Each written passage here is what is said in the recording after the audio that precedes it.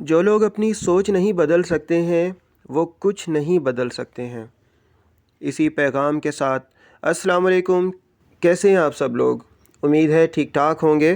دانش راجہ vlogs میں ایک بار پھر میں آپ کا ہوسٹ آپ کے ساتھ ہوں۔ کافی انفارمیٹیو ویڈیو ہے، لیکن اس ویڈیو کے سٹارٹ کرنے سے پہلے میرا چینل دانش راجہ ویلاگ کو سبسکرائب ضرور کر لیجئے گا۔ چلیں پھر اپنی بات کو آگے بڑھاتے ہیں۔ یہ کئی ہزار برس پہلے کا قصہ ہے جب افریقہ میں کوکو کی افزائش ہوئی تھی۔ یہ دراصل تھیوبروما نامی پودے سے کاشت ہوا جو اپنی اصلی شکل میں کھردرے بیجوں اور اکثر ناہموار سطح پر نظر آتا ہے۔ اس کی خوشبو اور رنگت سے متاثر ہو کر اس کا صفوف تیار کیا جانے لگا۔ خوشی کا موقع ہو، محبت اور چاہت جیسے جذبوں کا اظہار کرنا ہو تو پھولوں کے گلدستے کے ساتھ چاکلیٹ کا پیکٹ رکھنا بھی سماجی روایت بن چکی ہے۔ چاکلیٹ اب صرف بچوں ہی کو نہیں بھاتا یا ان کے سنیکس کا حصہ نہیں، ہر عمر کے لوگ چاکلیٹ کھانا پسند کرتے ہیں۔ کوکو پاؤڈر سے ہمہ اقسام کی میٹھی ڈشز تیار کی جاتی ہیں۔ وہ کیک ہوں یا براؤنیز، چاکلیٹ سپریڈ، بسکٹس اور چاکلیٹ کے مشروبات، یعنی کئی متنوع اشیاء تیار ہوتی ہیں۔ ڈارک چاکلیٹ کوکو پاؤڈر سے تیار ہوتے ہیں جس میں فلیونائڈز، کیفین جیسے ضروری امائنو ایسڈز موجود ہیں۔ اس میں چکنائی 15%، شکر کی 10% اور خشک دودھ کی اتنی ہی مقدار شامل کرنے کے بعد بہت حد تک ریفائنڈ شکل میں ہم تک پہنچتا ہے۔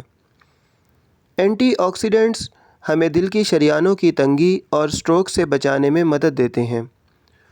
بلڈ پریشر لو ہو تو چاکلیٹ کھانے سے افاقہ ہوتا ہے، یعنی فوری توانائی کے حصول کے لیے یہ ایک بہترین انتخاب ہے۔ ذیابیطس کے مریض ڈاکٹر کے مشورے کے ساتھ احتیاط سے کھا سکتے ہیں۔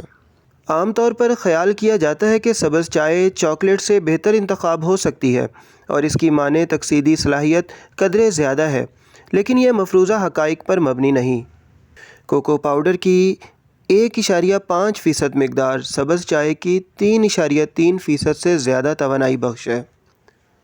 چاکلیٹ کھانے یا مشروب کی شکل میں استعمال سے ڈپریشن، افسردگی، پائمردگی، نکاہت اور تھکن دور ہونے کی مثالیں دیکھنے میں آتی ہیں، جس کے معنی یہ ہوئے کہ سیروٹونن جیسا جزو ہارمون تھراپی کرتا ہے اور اس سے ذہنی تھکان اور پسماردگی زائل ہوتی ہے۔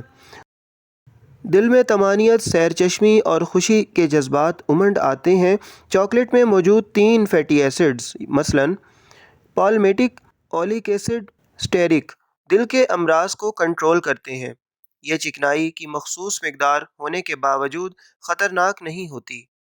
آخر الذکر، فیٹی ایسڈ کی مدد سے کولیسٹرول کی سطح قابو میں رہتی ہے اور ان تمام اجزاء سے صحت برقرار رکھی جا سکتی ہے۔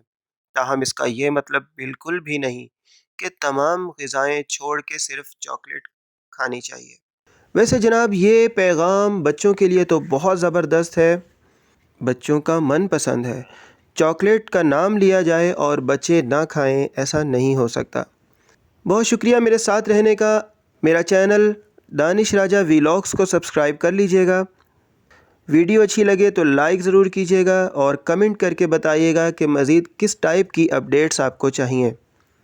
اپنا بہت سارا خیال رکھیے گا۔ Take care. اللہ حافظ۔